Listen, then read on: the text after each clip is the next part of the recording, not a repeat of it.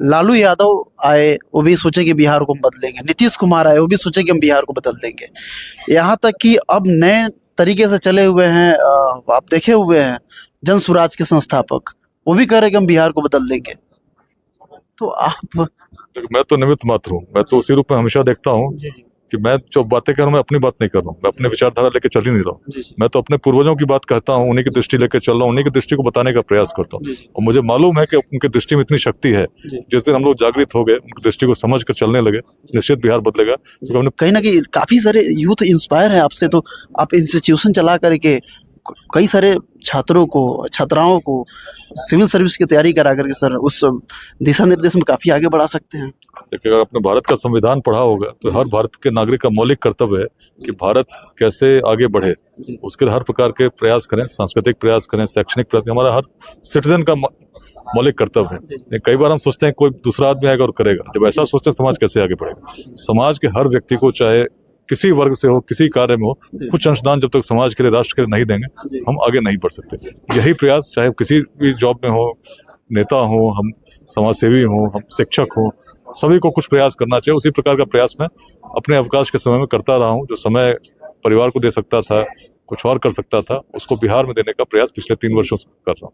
Sir civil service की तैयारी करने के लिए हालांकि बिहार में कोई ऐसा इंस्टीट्यूशन नहीं है जो पूर्ण रूप से छात्रों को तैयारी करा सके और उस विभाग में अपना मतलब योगदान दे सके। हालांकि यहाँ के बच्चे यानी बिहार के बच्चे पढ़ाई करने के लिए, सिविल सर्विस की तैयारी करने के लिए दिल्ली जाते हैं, कई जगहों पे जाकर के तैयारी करते हैं, लेकिन उतना वो हो नहीं पाता है, सर्वाइव नहीं कर पाते, फिर वापस लौट आते हैं। सर क्यों ना हो, मतलब अगर इस फील्ड में अगर सर आप कदम बढ़ाए होते तो आपके जैसे अगर IPS अधिकारी अगर काफ़ी सारे यूथ बनता तो कहीं ना कहीं आपके जैसे सोच अगर लेकर के चलता तो बिहार तो ऐसे ही बदलाव हो जाता। देखिए, बिहार को बदलने के लिए हर युवा को नौकरी हम बिहार में दे सकें, इसके लिए रोजगार का सृजन तभी हो सकता है जब उद्यमिता की क्रांति है। उसी के लिए मैं प्रयास कर रहा हूँ। जहां तक इंस्टीट्यूट्स की बात कही या कोचिंग की बात की, तो मैं मानता हूँ कि व्यक्ति यदि पढ़ाई ठीक से करे तो किसी कोचिंग की आवश्यकता नहीं है। नमस्कार, आप देख रहे हैं Z20 न्यूज़। अभी हमारे साथ बात करने के लिए सबसे वरिष्ठ अधिकारी के रूप में जाने जाने वाले विकास वैभव सर, ये IPS अधिकारी भी है और इसके साथ साथ कई सारे मतलब अधिकारी के पद पे भी नियुक्त हैं। नमस्ते बिहार को लेकर के प्रेस वार्ता रखा गया है। सर के मतलब कुछ कदम बढ़ाए गए हैं बिहार को कहीं ना कहीं बदलने के दिशा निर्देश में, जिसको कि सर लेट्स इंस्पायर बिहार है। सुनने में आ रहा है कि सासाराम से सर आप इसका शुरुआत कर रहे हैं। इंस्पायर बिहार एक अभियान है जिसका संकल्प है कि बिहार को हम विकसित बिहार बनाएं। लक्ष्य 2047 में ऐसा बिहार, शिक्षा से के लिए, रोजगार के लिए, स्वास्थ्य के लिए किसी को बाहर जाने की आवश्यकता नहीं। इसमें 1600 से अधिक कार्यक्रम हुए हैं और लाखों की संख्या में आज लोग जुड़े हैं। करीब 1.5 लाख की संख्या में प्रत्यक्ष रूप से सक्रिय वॉलंटियर्स इसमें योगदान दे रहे हैं। ऐसे में हर गाँव के हर जन तक पहुँचने के लिए, ताकि बिहार में उद्यमिता की व्यापक क्रांति आ सके, एक ऐसा इकोसिस्टम हम बना सकें जिसमें स्टार्टअप्स, बिजनेस की ओर जब हमारे युवा बढ़ते हैं तो सफल हो और उनको हम सस्टेन कर सकें। इसी उद्देश्य से बड़े संवाद नमस्ते बिहार का हम लोगों ने प्रारंभ किया था बेगूसराय से पिछले साल 10 दिसंबर को, और इस बार आरा के बाद तीसरा बड़ा कार्यक्रम रोहतास जिले में सासाराम के फजलगंज स्टेडियम हम लोग करने जा रहे हैं, जिसका उद्देश्य बड़ा स्पष्ट है कि हर पंचायत से लोग उसमें भाग ले सकें, अभियान के संदेशों को समझ सकें और इसको एक विकसित बिहार बनाने की जो परिकल्पना है इसको साकार करने में सहयोग कर सकें। सर आप बीटेक किए हुए हैं IIT कानपुर से शायद, और IPS अधिकारी भी हैं अभी फिलहाल में, और शायद NIA के कुछ पोस्ट पे भी हैं सर। वर्तमान में मैं एडवाइजर हूँ बिहार स्टेट प्लानिंग बोर्ड में। IIT कानपुर से मैंने पढ़ाई की है और उसी समय से पहले ही 9th में था, तभी भोपाल में थे बच्चों ने बिहारी बोल के चिढ़ाया था। अच्छा। तभी से मन में भाव जगा था कि क्यों ना ऐसा कुछ जीवन में किया जाए जिससे बिहारी शब्द पुनः सम्मान का प्रतीक बने, और यात्रा चलती रही है। IIT गए थे, उसमें पेपर लीक हुआ था, एक बड़ा झटका लगा था चूंकि पेपर लीक का केंद्र बिहार था।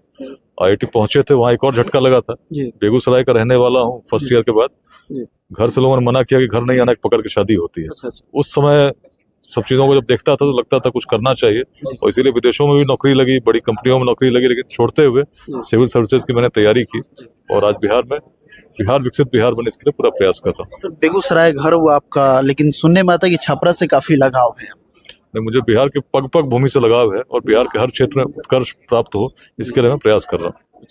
सर बात यह है कि आप एक IPS अधिकारी होने के बावजूद कई सारे यूथ को जगाने का काम कर रहे हैं, बिहार को विकसित करने का काम कर रहे हैं आप।